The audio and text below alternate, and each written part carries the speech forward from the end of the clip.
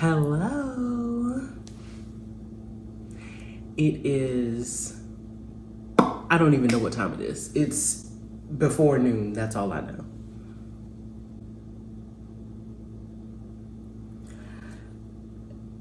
I try not to get up early on Saturdays, but the spirit hit me this morning. I said, I got to get up. I am the biggest I've ever been. I am the biggest I have ever been, and that's not okay. It's not okay, and I've got to do something about it. My mom keeps telling me, you don't know when to back away from the table, and I would have to agree with her. I've been eating good lately.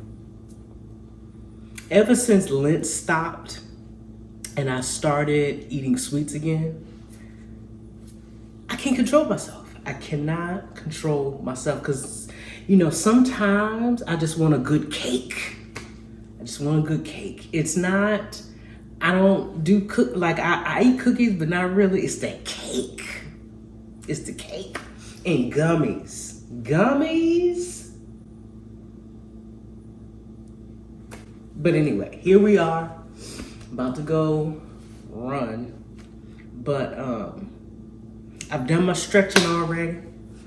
Put my knee braces on, my wrist weights, so we can get up out of here and come back. I'm matching. I didn't do that on purpose. Didn't even do that on purpose. Got my little wrist weights so I can power walk. I had a waist trainer on, but that was too much. I couldn't even breathe. Anyway, I shall be back because I have to edit this here video that I made. It's a good one, y'all. It's a follow-up to last week's video.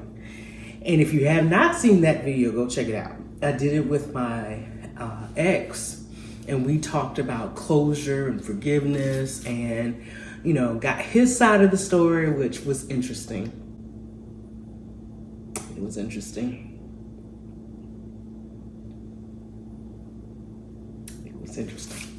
But anyway, and I got a lot of feedback from that. It's so funny to hear my friends ask me, what's up with that? Because I didn't tell them that that's what I was doing. I literally got calls. Anyway, so here we go. We're gonna go for a little run and I shall be back. Enjoy this week's video. Bye.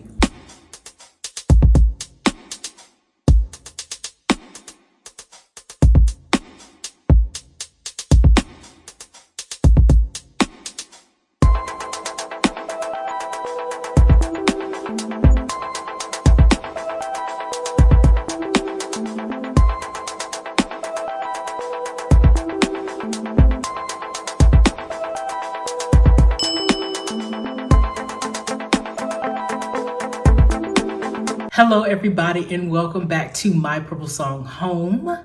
Before we get started, I want to mention something extremely important. We are in Mental Health Awareness Month. And these conversations that we've been having are deeper than just relationships. I want you to know that. They are about identity, they're about healing, they're about learning how to take care of ourselves, especially after a breakup. Now, last week you saw something different. I was able to put a face behind a person. Is that how it goes? A face? Because y'all never knew his name, but you heard about him. Anyway, you were able to see who I was talking about. You were able to hear who I was talking about. And if you haven't watched that video, please go check that out. It is an insightful video. It's a video that talked about the aftermath surrounding what happened between the two of us. It wasn't a video of me trying to shame him on video. I just wanted the viewers, this channel, to hear from him because, you know, I talk about these things about my heartache, our relationship, and because it was the longest relationship I had with someone, and it did end in heartbreak, and I wanted you to hear from his perspective, how he felt about what he did, and how, you know, it played with his mental a little bit. And what we're going to do in the coming week, he's going to be back and we are going to talk about some more stuff dealing around what we go through and how we handle ourselves after a breakup. So that's going to be really good. But you saw me sit down with my ex Jay and have a real conversation about closure. You got my perspective the week prior, and then you were able to get his. And a lot of people raised questions surrounding why I did what I did. But some of you were inspired, some of you were confused, and some of you honestly were still trying to figure out how we got to that place. Understandably so. And what I tried to, and he even said this in the video, what we have now, the friendship that we have now, it totally took years. It did not happen overnight. There was an edit in the last video where I had a scene from Waiting to Excel, and that was real. I literally did that. Not with his, well, yeah, it was with his clothes. But like, I remember, not to go off on a tangent, but I remember, so we lived together. We had actually bought a house together. That's a whole nother conversation we can have of what not to do when in just a relationship, but I digress. But, when we broke up, he moved out for a little bit. He left a lot of his belongings. They were not safe. I destroyed some things. I did. I did. I destroyed some things. I went ballistic. Understandably so. But I was hurt. Like, I can look, and again, I don't want it to be a thing of, I don't know what you guys are going through, because I do. When I tell you, I could tell you so many stories surrounding that breakup, it's not even funny. I could tell you stories upon stories upon stories, and it's fresh in my mind. It's like it happened yesterday, because that was a time where I was mentally broken, mentally and emotionally broken, but I made it out. I was able to heal from that, and that's why we're here. But what you saw last week was a result of what a lot of people struggle with. They struggle with letting go. They struggle with moving on.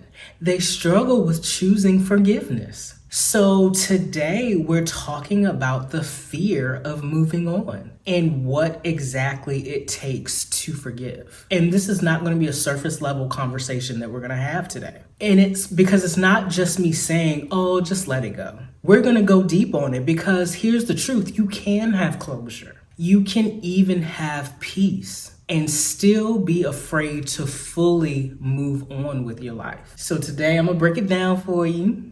You're welcome. The what, the why, the how, and what you need to do to actually heal. Let's get into it. All right, so let's start here. What is the fear exactly? Because a lot of people think it's about missing someone, but it's actually deeper than that. So the fear of moving on is actually made up of three things.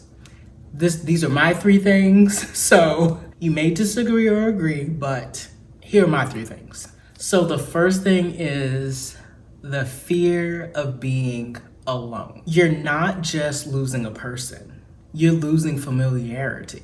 You're losing routines. You're losing someone who knew your patterns, who knew your voice, who knew your silence. And now it's just you. And that can feel extremely terrifying. And the second one I would say is the fear that you will not be able to duplicate that love again. Let's be honest. Sometimes it's not you holding on to them. You're holding on to what they represented.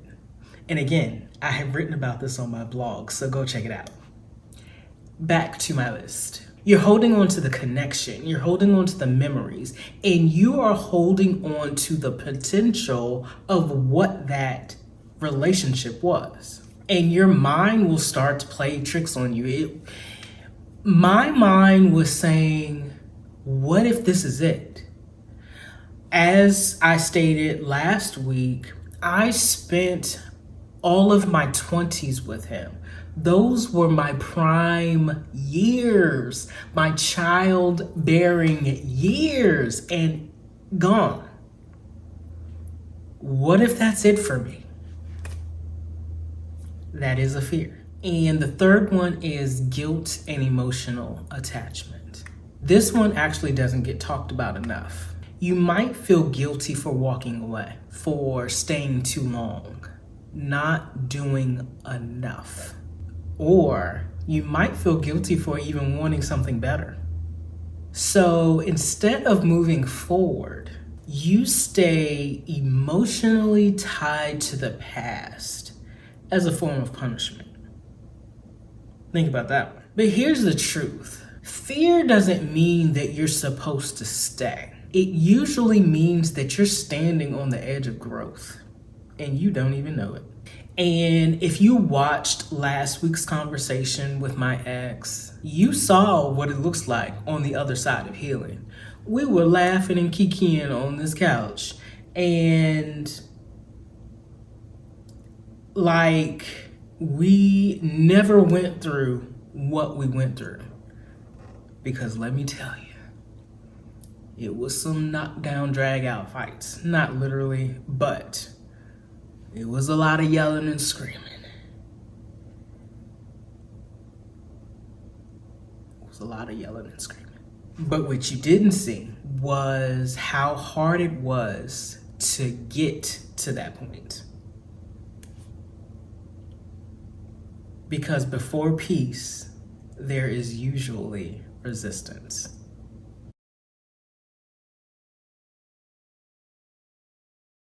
Why does fear keep us stuck? I will say this. When I first learned of the infidelity, there was a part of me, like when I say immediately after, when he was remorseful and was apologizing, there was a moment where all I saw was the love that I had for him. And he tried to fix things. And I let him try. Why do we go back to what hurt us? Or we hold on to something that is already gone. Familiar pain feels safer than unfamiliar peace. Familiar pain feels safer than unfamiliar peace. Our minds would rather deal with what it already knows than to step into something uncertain, which in my case was singleness, even if what it knows is hurt.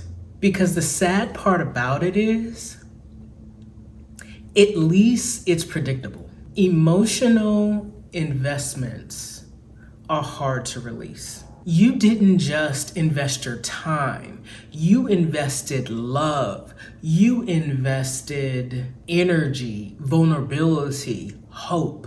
And walking away can feel like you're losing all of that. But guess what? You didn't lose it, you experienced it, and that matters. Also, you're attached to the version of them you created. Sometimes we're not in love with who they are. We're in love with who they could become. And this is kind of twisted, but letting go may mean accepting that that version may never exist. The enemy of your peace is often your attachment. Biblically, attachment can become an idol if it replaces God in your heart. When your identity, your worth, your peace becomes tied to a person instead of Him,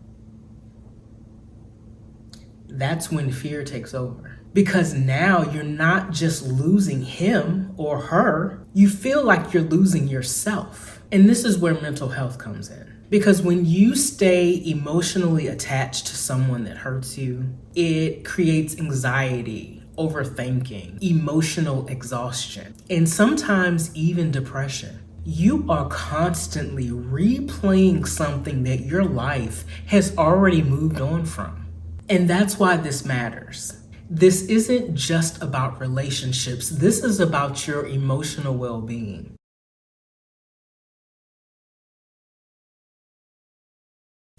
Now let's talk about forgiveness real quick, because that's where a lot of people get stuck. I used to be one of these, forgive that? Absolutely not. And on top of that, I will never forget. But forgiveness does not mean letting them back in, rebuilding that relationship, or pretending it did not hurt. When I did that video last week, I did say I am not an advocate for you to let that person back in your life. That's just something that happened between the two of us for a lot of different reasons. Family and a pet was involved, but by no means do I encourage that. I'm just saying it can happen. To each his own. But forgiveness is not about them. It's about freeing you. The Bible says, forgive as the Lord forgave you. But let's break that down. God doesn't forgive you because you earned it. He forgives you to release you. Forgiveness is liberation. Because when you don't forgive, you stay emotionally connected to that pain. You replay it, you relive it, you carry it, and the person that hurt you. And they might have already moved on.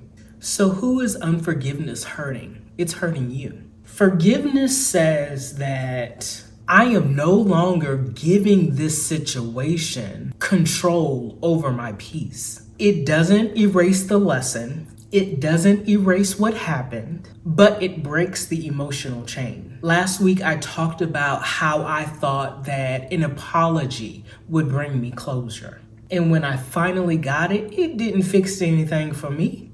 Not up here and not up here. Because forgiveness does not come from a moment. It comes from a decision. And what you saw in that conversation with my ex was that what I got for him wasn't just an apology.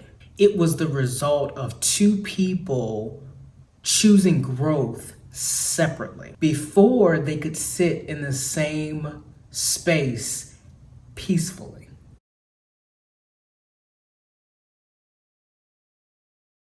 All right, so now let's get practical for a second because I've heard this.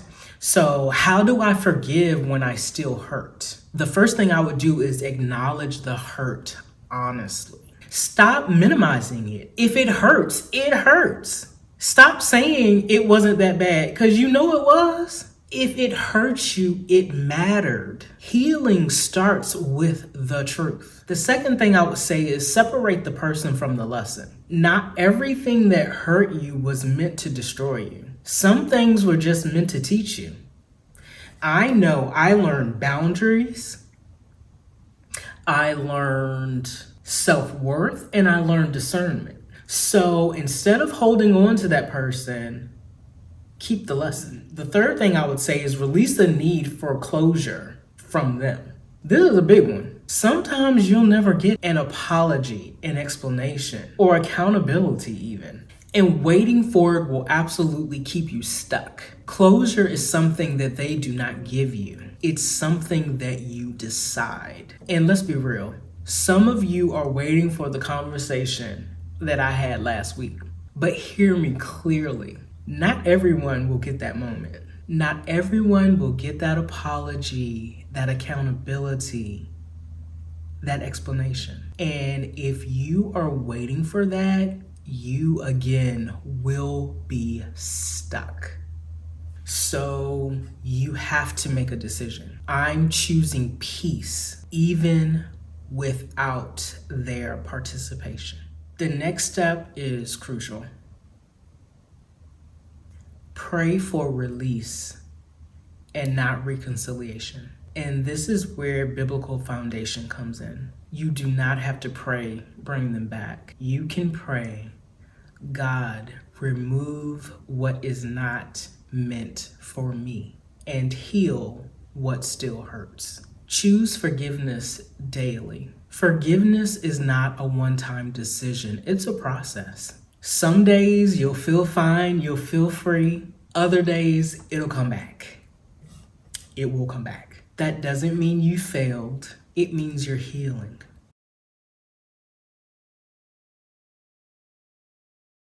And here's another thing I don't want you to get hung up on. Moving on is not something that you have to prove to them. It's not about showing them what they've lost. It's not about revenge. It's not about that glow up. It's not about validation. Moving on is about choosing peace because staying stuck doesn't bring them back. It keeps you from becoming who you are meant to be. Because if you're worried about showing them what they are missing, why are you even thinking about them? They shouldn't even matter. If you're truly trying to heal yourself, worry about yourself. There is a version of you on the other side of this that will be more aware, more grounded, more aligned. But you can't meet that version if you're still holding on to who broke you. Sometimes moving on looks like letting go without any answers at all, forgiving without an apology, healing without closure, and trusting that God sees what you don't. Being able to sit across from someone who you loved and thought that you were going to spend the rest of your life with and feel peace instead of pain. That doesn't come from time alone. That comes from doing the internal work.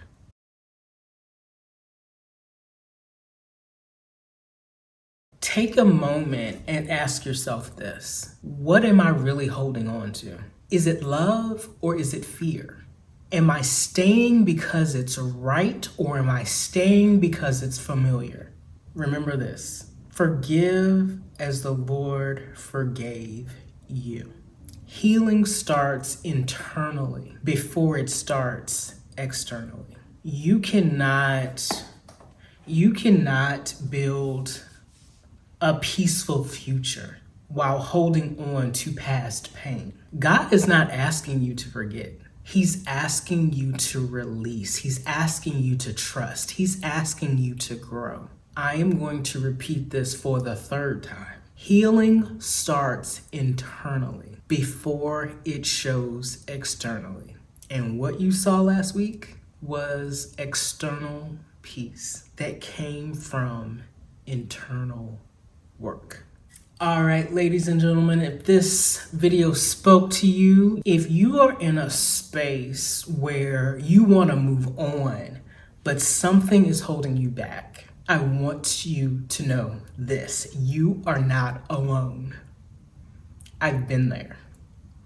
And there's somebody watching this who has been there. But most importantly, you are not stuck. If this message has helped you, take a moment to like, subscribe, and share it with someone who might need to hear this. Because these conversations, they matter, especially during Mental Health Awareness Month. And next week, he will be back. And we are gonna talk some more. We're gonna go a little deeper with it. We're going to talk about something that a lot of people skip over, and that is healing yourself before you jump into another relationship. Now, I have experience with that, and so does he. Because moving on is not just about leaving someone behind. It's about making sure that you do not carry that past relationship, that past pain, into something new. Don't do that. But we are growing, we are learning, and we are becoming over here. And even when it feels uncomfortable, that's a part of the process. Please, please, please, please, please remember, you were given this life because you were strong enough to live it. I will see you next week. I love you all. Have a good week, you guys. I cannot wait for this discussion. Talk to you later. Bye for now.